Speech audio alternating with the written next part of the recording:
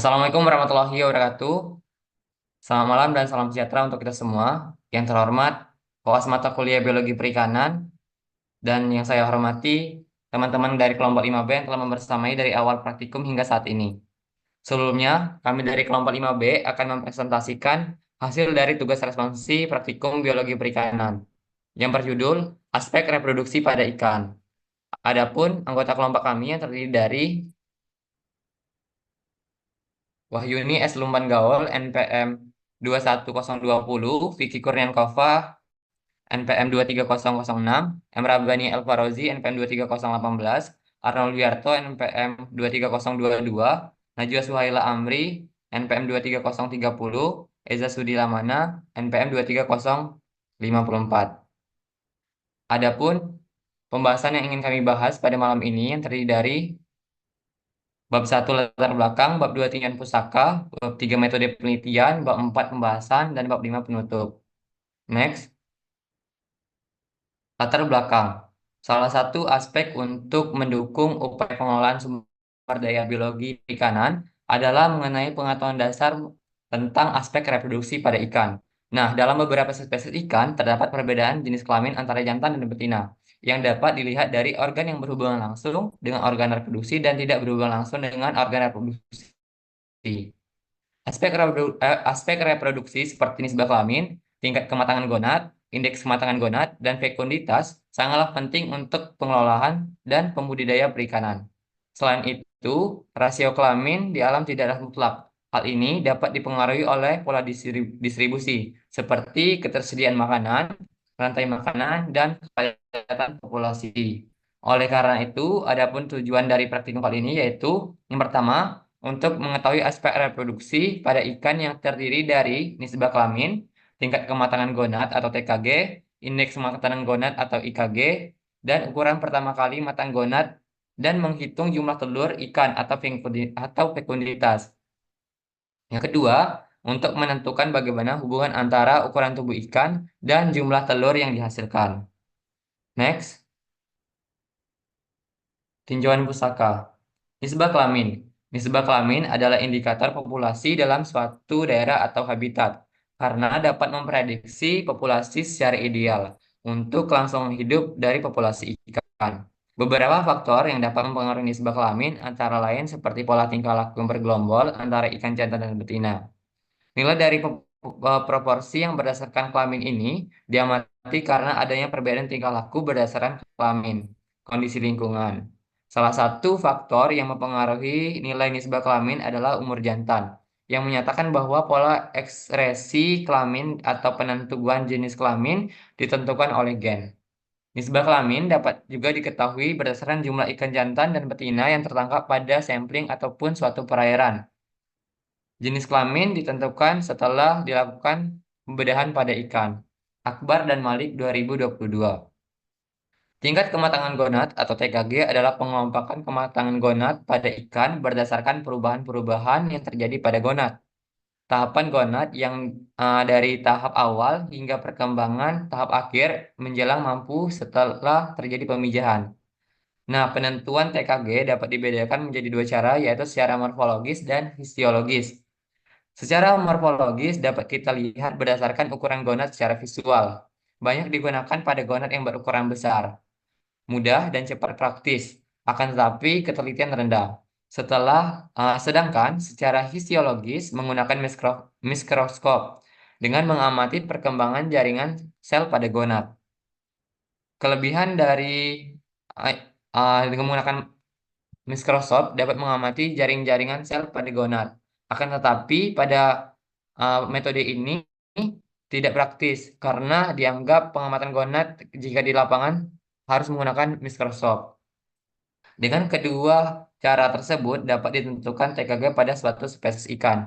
Pengamatan morfologi pada gonad ikan betina berupa seperti bentuk ovarium, besar kecilnya ovarium, secara umum ukuran telur terdapat pada rongga ovarium, kejelasan dan bentuk warna telur pada ikan betina.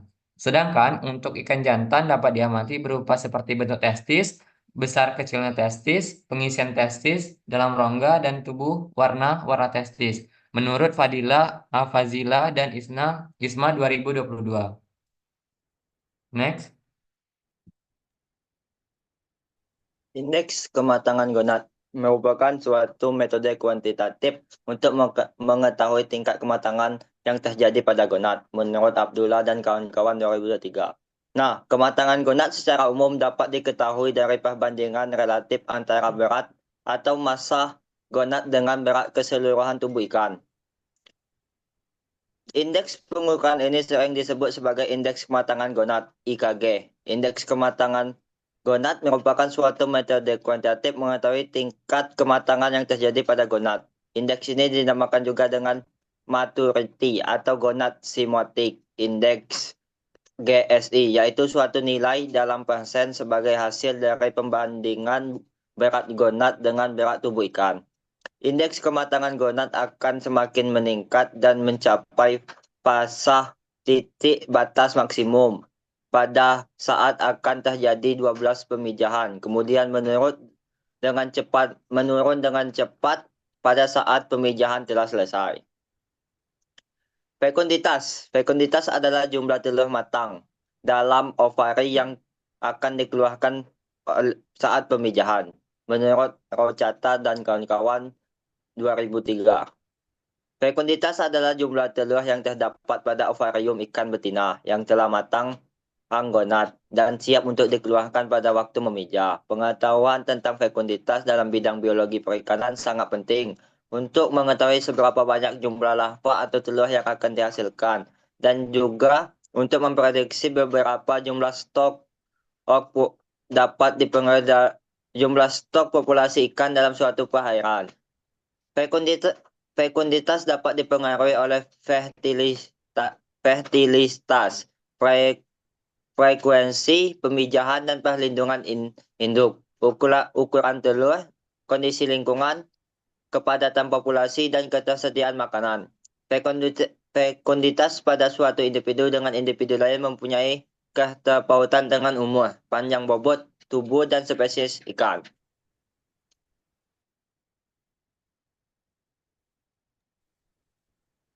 Oke, selanjutnya metode penelitian yang akan disampaikan oleh Vicky. Metode penelitian. Metode penelitian yang digunakan dengan metode survei.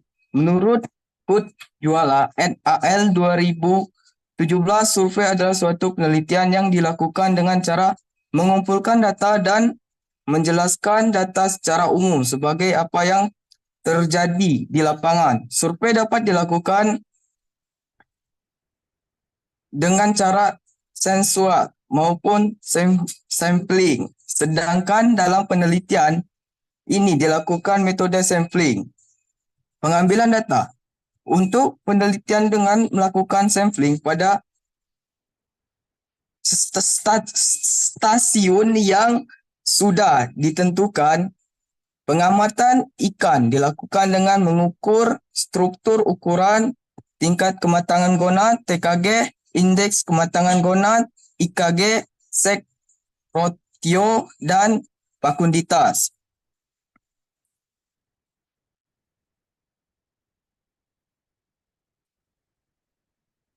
Alat dan bahan. Alat yang digunakan dalam penelitian: kamera,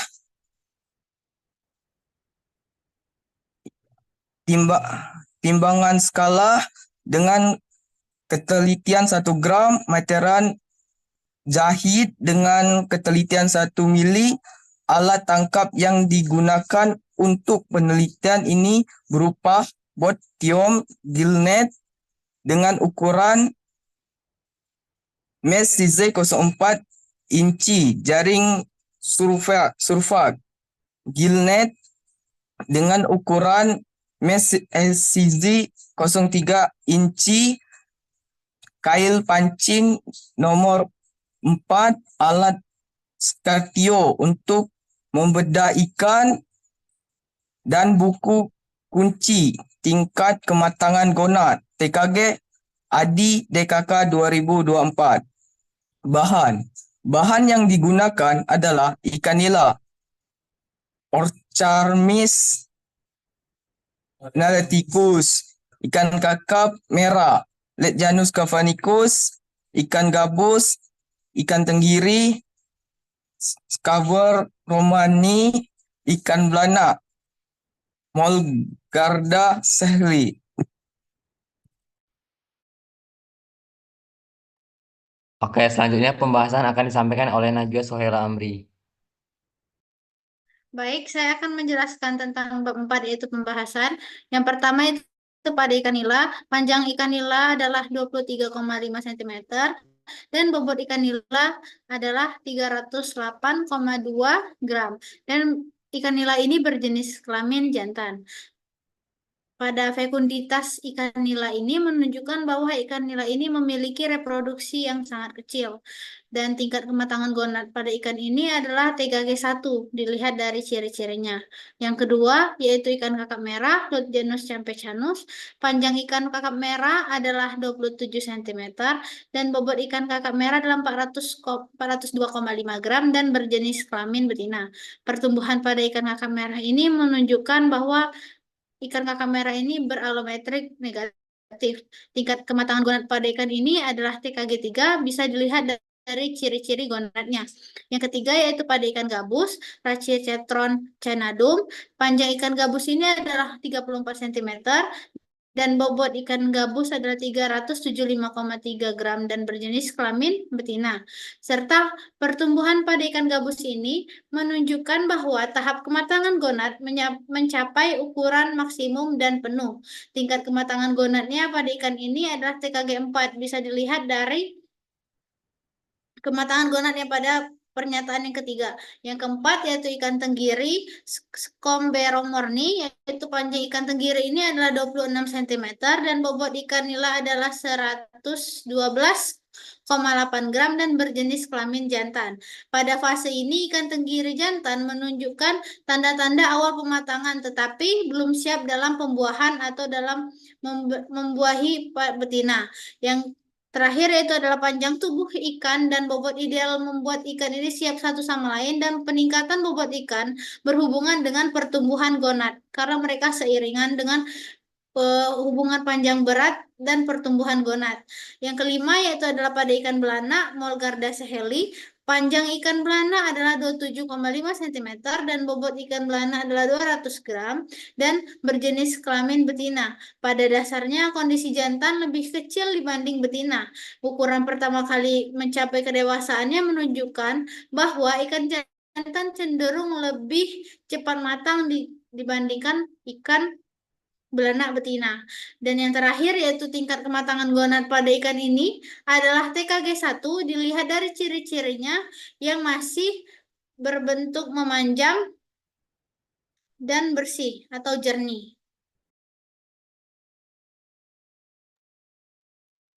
Oke, selanjutnya pada kesimpulan akan dibacakan oleh Eza Sudilamana. Kesimpulan dari aspek reproduksi adalah bahwa ikan memiliki berbagai strategi reproduksi yang bervariasi, tergantung pada spesiesnya. Umumnya, ikan dapat berkembang biak secara seksual melalui fertilisasi eksternal atau internal. Pada tingkat kematangan gonad dibagi menjadi 4 tahapan, yaitu TKG1, TKG2, TKG3, TKG4, dan indeks kematangan gonad ini adalah gambaran tentang jumlah reproduksi ikan. Memberi penilaian tentang kesehatan populasi, fekunditas adalah menghitung jumlah telur yang dihasilkan. Faktor-faktor lingkungan seperti suhu air, dalaman, dan musim juga berpengaruh penting dalam proses reproduksi ikan. Hubungan antara ukuran tubuh dan jumlah telur pada ikan berpengaruh karena semakin besar ukuran tubuh ikan, semakin banyak pula telur yang dihasilkan. Oke, next. Itu dia hasil dari presentasi kami mengenai tugas akhir responsif praktikum biologi perikanan. Jikalau terdapat kesalahan, baik ucapan dan perbuatan, kami mohon maaf selama pembuatan video presentasi. Kami akhiri dari kelompok 5B. Wassalamualaikum warahmatullahi wabarakatuh.